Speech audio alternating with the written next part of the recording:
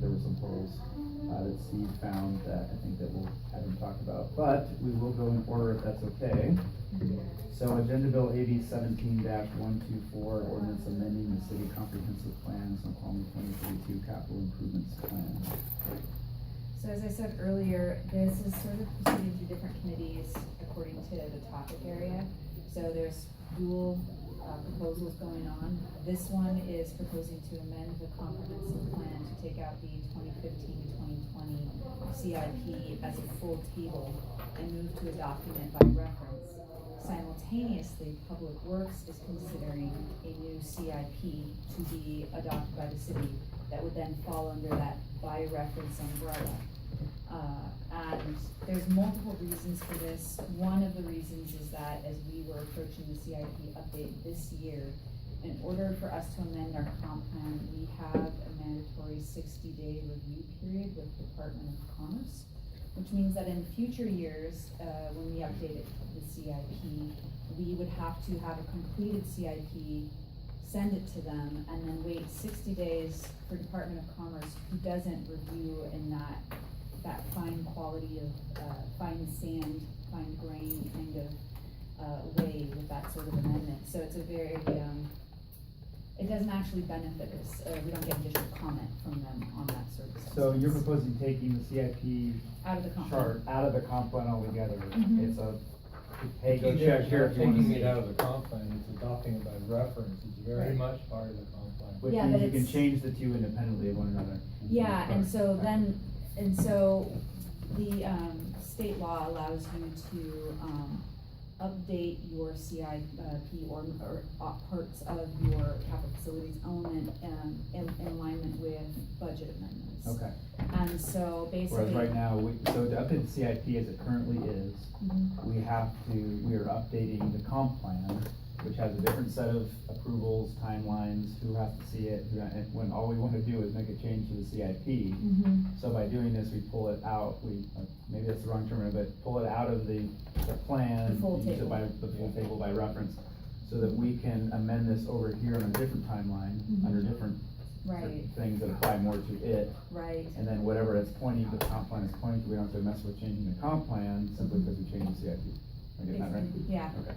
Yeah, yeah, so that's what this ordinance is really proposing to do. So it's kind of funny, because you're basically changing one paragraph of text and taking out a very long table, and it's going to something much shorter and sweeter, and that's what this ordinance is. So by pointing to it by reference, isn't that in and of itself an amendment to the comp plan that requires all Yeah, this? yeah, so we Okay, had that's what we're to, doing. so if we had wanted to change the CIP as it's now being considered, the process it's undergoing of, review in committee and this fine conversation, all of that would have had to have happened 60 days ago, 2 months ago, and we weren't ready at that point. Okay.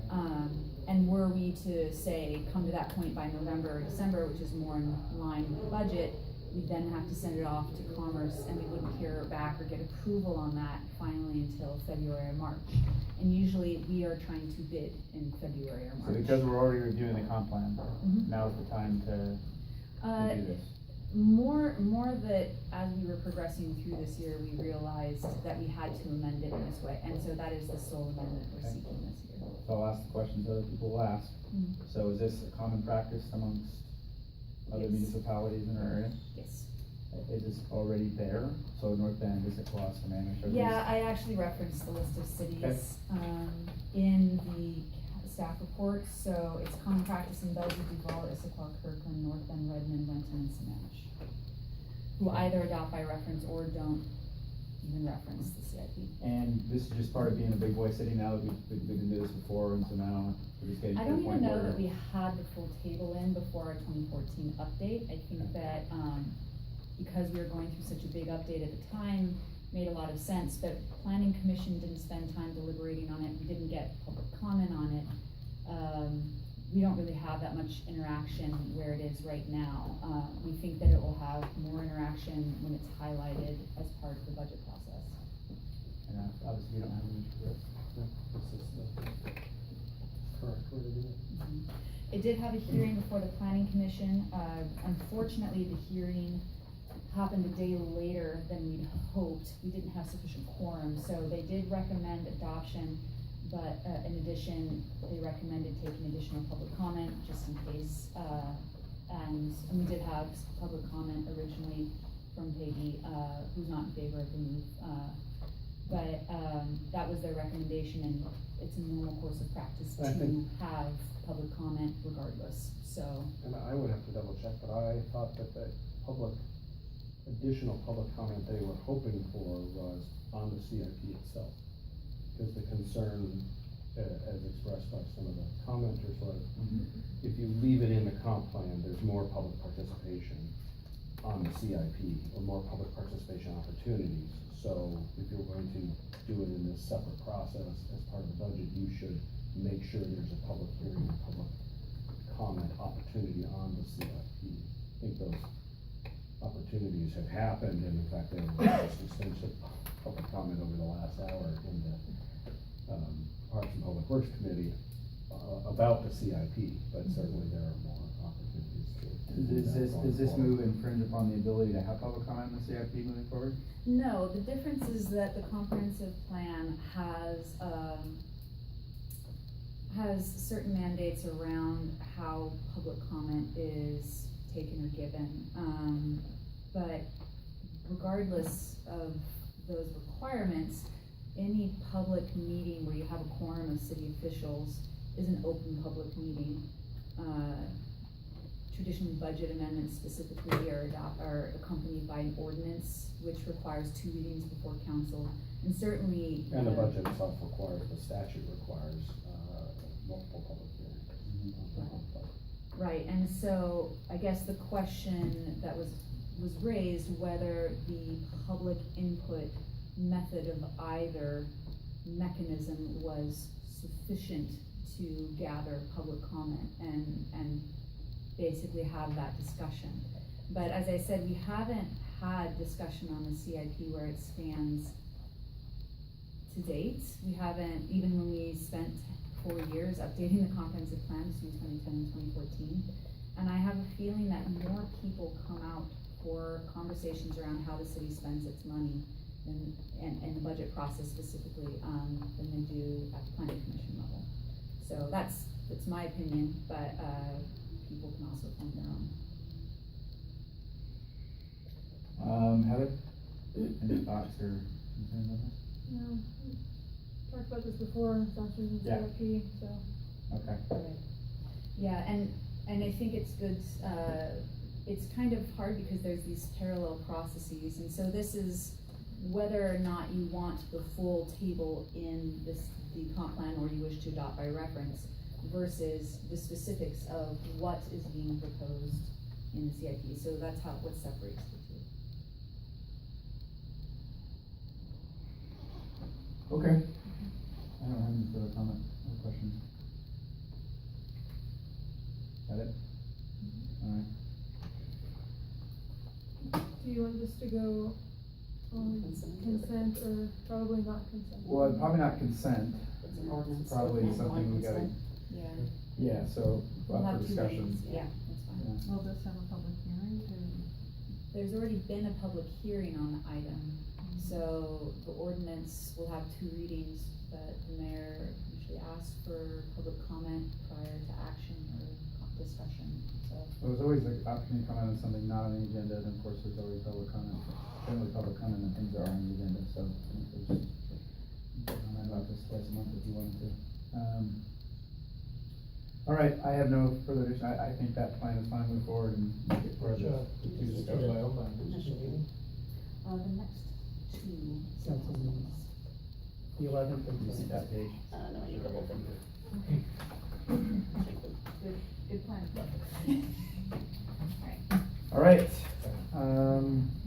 any other things? I don't think we, you guys wanna talk about noise? I love noise. I'm gonna go make some noise. Okay, turn around. There we are. Good luck. All right. This for your records? Sure. Or this is the, my copy, so I can give that to you. Okay, keep records. All right. So let's move on then to the noise and parking ordinances. That we may not get to parking today only because I don't feel quite as prepared as I want to be on that, and I don't have anybody in the public who has decided to take on the issue like Steve has for noise. So just as again, I kind of give the backdrop for noise. The idea here is to be more. Actually, I don't really care about other communities. I don't want to do something just for the sake of being like another community. But I think what we realized in the last couple months of just doing stuff is that we have I guess what I would say, for lack of a term, a very weak noise ordinance. There's two specific things that we lack that Steve will talk to us about how virtually all the other communities around us have, and that is some form of measurement. Some take a decibel level measurement. Some, North Bend I think has decibels, but they also have it labeled by types of activities. And so there are different ways to go about this, like a lawnmower might exceed the decibel level, but a lawnmower at, between the hours of 8 and 7 is that's normal, right? That's cool. So there's a couple different ways to measure it. And then the other thing we don't have at all is we don't have any restrictions during the daytime, period. So during those hours of, what was it, Steve? It's usually, it depends on the day, between 7 and 9 a.m. and 10 p.m. There's no noise ordinance that's enforced. So Eddie Van Halen's son could be playing the electric guitar out in front of your house, and while that might be annoying, there's nothing in the city, in the ordinance that disallows that from happening. And so whether we want to create something that disallows that type of thing, I don't know, but I thought the discussion would be worth having. So Steve, why don't you present kind of what you put together, what we talked about in email back and forth, and we can go from there. Yeah, thanks, Sean. I'll just spend about 3 to 5 minutes on presentation. Obviously, it's a small group, so any questions along the way, please jump in. And thanks for the opportunity to come in and present on this. I did send an email to the members of the Community Development Committee, the mayor and city attorney, on August 21st.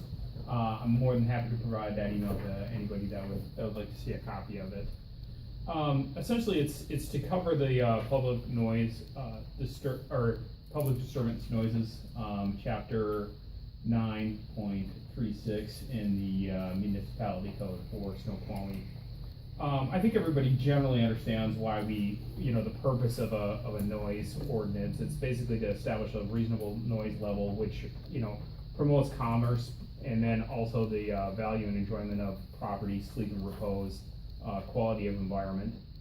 It also hopefully promotes and preserves public health, safety, and general welfare, but also provides reasonable exceptions for specific events or certain considerations in just running a city and also having commerce. As Sean pointed out, there's a couple challenges with the current ordinance within Snoqualmie.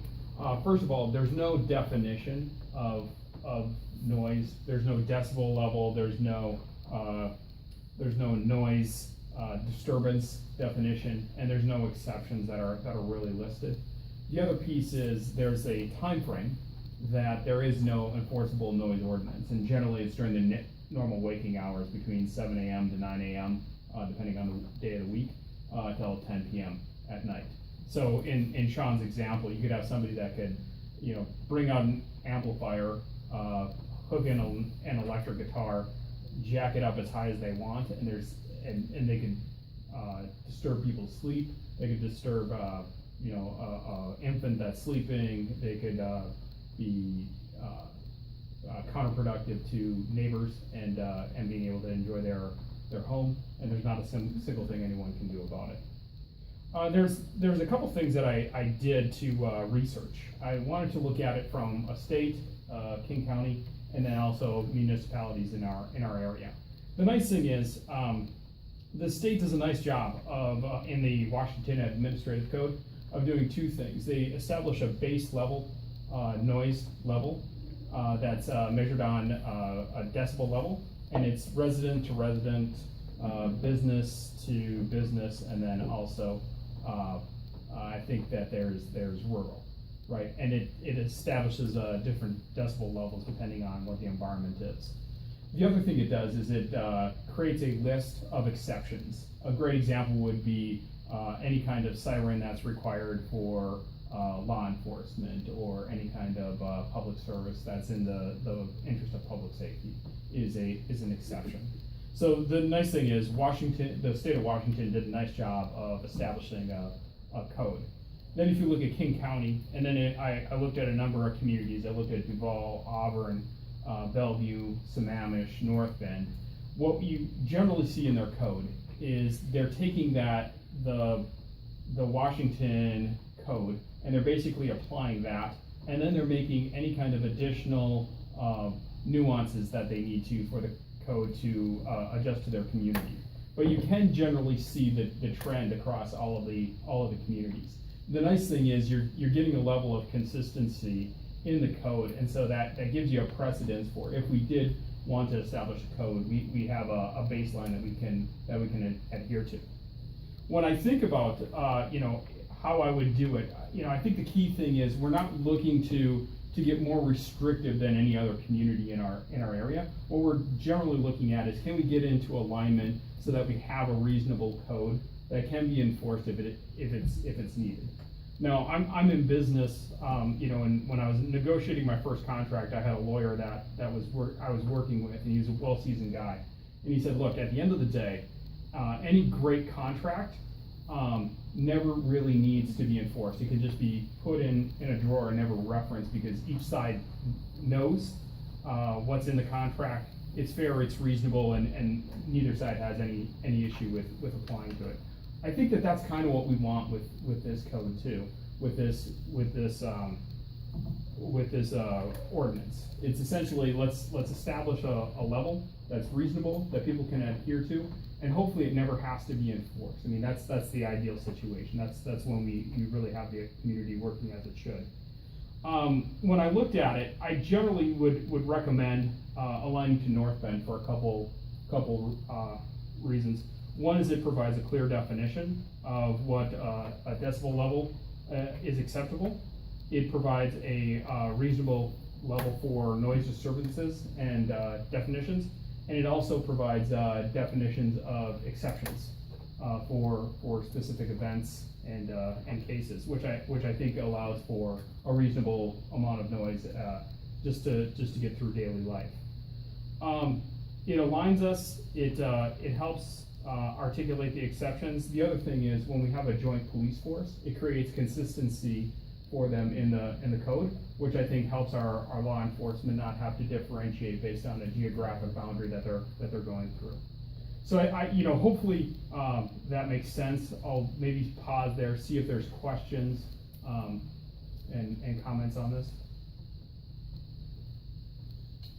So I've reviewed the North Bend code before. I'm going through it again right now. It's long. But it is solid. It does, there's some questions around decibel levels, and I did a little bit of research on what decibel levels are and how they, what are comparable decibel levels and things like that, and how they're measured. But to me, the number one reason to adopt something like North Bend is simply the enforcement of it, right? I mean, we do have a police force that we contract with North Bend to enforce, and it does make it easier. I don't expect a lot of enforcement. I haven't had a chance to talk to the police chief to see, on a monthly basis, how many noise ordinance violations. I'm not looking to create an ordinance where one isn't needed, but I think this was a trigger. This process we went through with Fiddlestick was a trigger to say, hey, well, what is our ordinance, right? And I think Councilmember Munden also pointed it out as well. So I'm not looking to create a law for the sake of creating an ordinance for the sake of creating an ordinance, but I do think we do leave ourselves open, and leave our most importantly, we leave our citizens open to not understanding what's going on, and then we leave our police force kind of with their hands cuffed, pardon the pun, on being able to to enforce that, and so that was kind of my thinking around that, so. Were there any, I'm just curious, so- in North Bend, the relative age of, when they were last examined, I imagine ours is quite old. when, yeah, I don't see anything in the ordinance where it says when X, Y, Z was North adopted. Bend appears to be very much in line with the city of Seattle. That's Yeah. my understanding. Yeah. Did you find any, in your 8 cities or 9 cities that you look at, did you find anything, any discrepancies where, oh, that's weird, did they do that, or? There's, I'd have to go back and look at the specific ordinances, but there's some that just listed noise disturbances. And instead of having both a noise disturbance and a decibel level. Yeah, North Bend kind of looks like they both. Yeah, I think a lot of communities do both. Some have opted just to do the noise disturbances as a definition. If they do that, generally what they do is they try and establish a distance that it can be heard, and instead of the decibel level. So for example, they'd say if you're playing with an amplifier and it can be heard at a distance of 75 feet, that would be considered a violation. Versus at the decibel level would say at the property line, here's the decibel level. In these ordinances, do they talk about, so let me give you an example. So let's say my son is playing music really loud inside the house, windows are closed, blah, blah, blah. Yeah. The ordinances touch on what's going on inside of a house, or does it matter whether it's inside a house or not, or is it just where can it be heard and how loud can it be heard off premise? I think there's two things. Number one is if whatever you're doing within the house, if that noise seeps into the adjoining property or properties, and it can be heard at over the decibel level, then it would be a violation. Next door, Right. which of course is 3 feet We away. call it receiving properties. Receiving properties. Receiving property. Yep. Yeah, Bob? The second piece, would be, there is some noise, ordinances that have a specific clause that if it's an amplified noise, it's not allowed. And so I think it's an either or type of situation that you could have. Okay. Bob, did you have something? Well, I'm curious for your take, by my read of the regulations, that you cited, the ecology ones, they apply regardless of whether we adopt an ordinance or not, many of them. And I've not looked at all of them. You mean the state? Correct, law? because they say no person shall cause or permit noise to intrude on the property of another person which exceeds these, and then they list decibel levels. And then there's another section that says local governments can adopt things that are specially tailored, but they have to be approved by ecology, except if they're nuisance ordinances. Those are deemed to be consistent. So I've not compared these other cities to see Yeah. to what extent they depart from the regulation, but my read is these would apply here and the police can enforce them, So whether the council takes action or not. And So- John Cooper, our building official, does go out and do enforcement on noise, and he takes a decibel level meter with him, and he has to do 3 drive-bys, so at their various points in the day. Who do we have doing that? John Cooper, our building official, he's also our code enforcement officer. is that for construction? No, only, for or example, we had a homeowner complain Yeah. down here on Silva that she thought Okay. that there was somebody that was doing home occupation, and so he had to drive by there 3 times with his decibel level meter to Okay. determine whether or not there was an acceptable level of noise. And in our performance standards chapter, in chapter 17, it does, I believe, adopt the WAC noise ordinances by reference.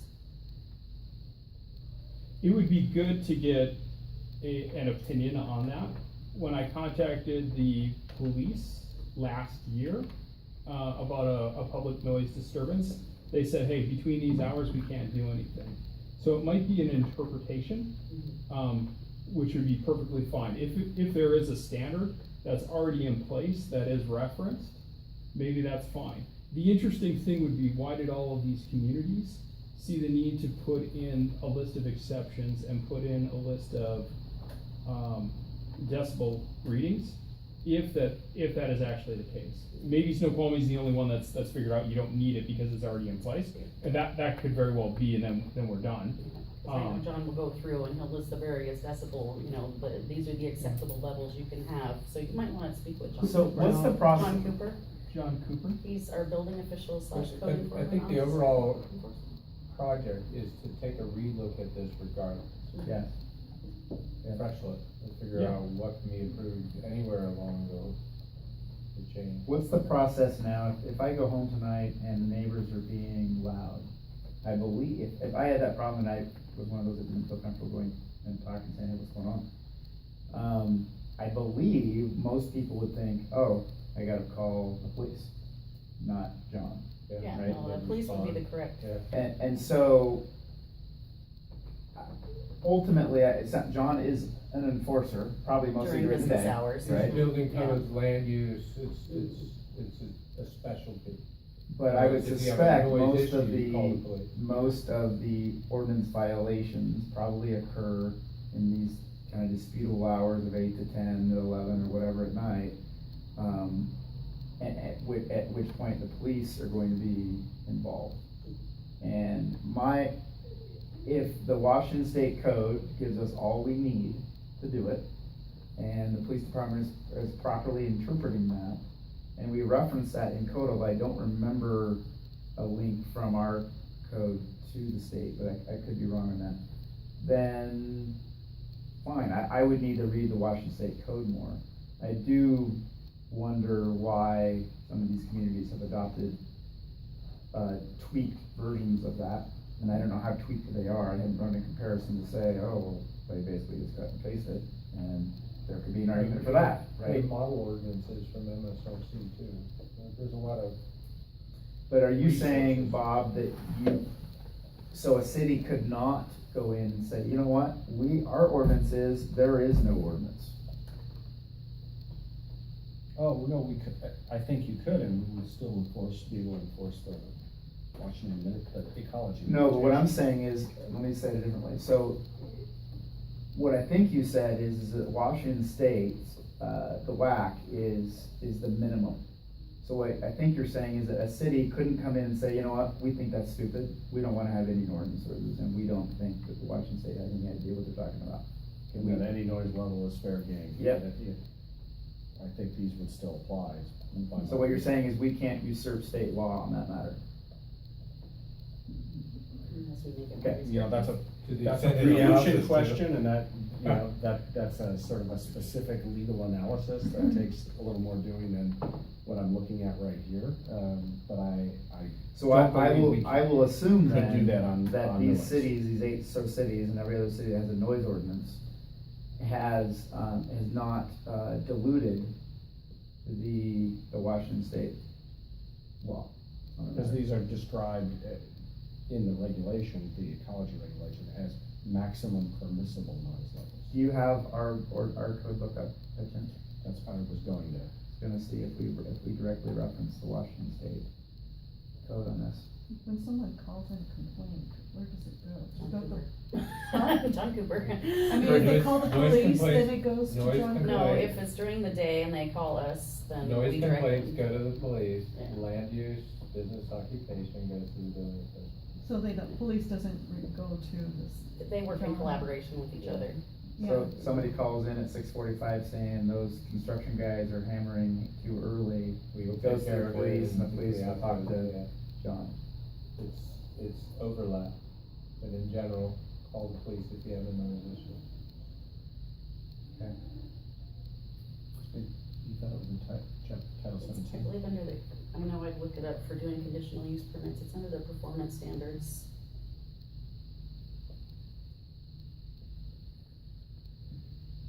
Your neighbors So I think conditional use killing permits chickens in the backyard in the reference street back and to you the call the performance police. standards. His And the kid is performance playing standards electric reference guitar the to law. him when you call the police. If your neighbor is building widgets every Saturday for the past year and a half, you probably should call John Cooper. But to break it out like that is too bureaucratic, so we handle every call we get to the right person who's available at that time. You guys triage it, but people, regular people call police. In part, I think because that potentially comes with confrontation too. Mostly, Right. yeah, it's So- seen safe, you know, Which all you those. benefit all police over the confrontation, I get it. Neighbor versus neighbor. Okay. So Sean, are those two things you want me to follow up on? one is I can, go back to the code, see if it references the state code, either Yeah. the WAC or the ecology code. Yeah, and I'm just, cause I'm lazy, if you wouldn't mind providing a link to the like, specific WAC Yep. spot there, you have it bolded here, but there's no link to it, and I could Google it in 5 seconds, but if you, since you're gonna follow Yep. up anyway, if you could, just provide a link to that, and then that will allow me to kind of cross compare and see, in the spirit of not duplicating laws, if we had truly figured it out, that there's no need to have another ordinance on the books, because the Washington State one is fine. How many calls do you get for notice issues? There That are would be- many of us, and it really depends. We have people that call to complain about frogs in the storm ponds.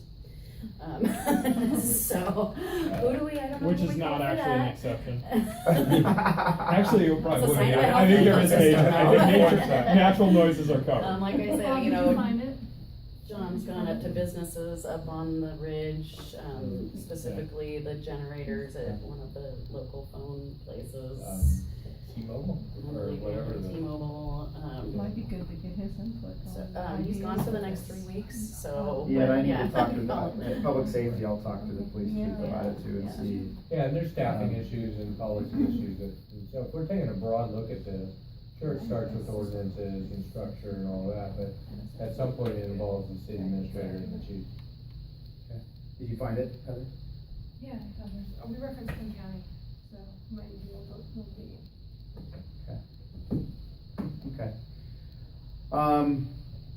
Well, Steve, thank you, Yeah. for, again, I'm new at this, in my opinion, we rely upon citizens of the city to Sure. do some of the heavy lifting on this stuff, and, so I really appreciate you going into that, and I don't think your work is over yet.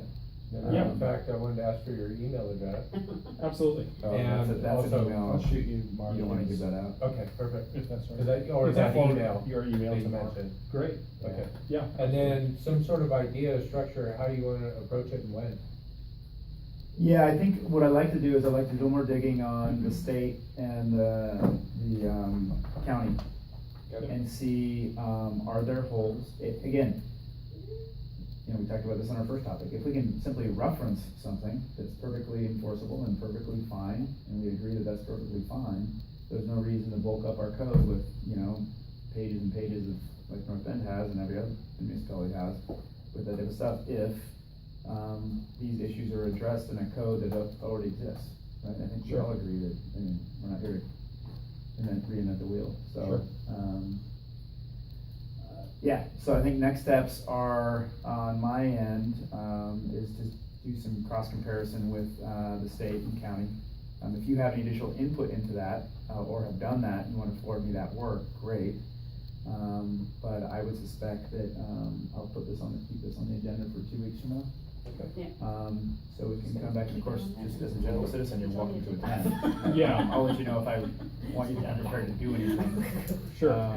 But, we'd love to have you attend if you'd like. Yeah, and I'm more than happy to follow up on the codes, whether it's referenced, if I can find any reference to it. And I'm happy to respond to the group, just to keep everybody informed. Yeah.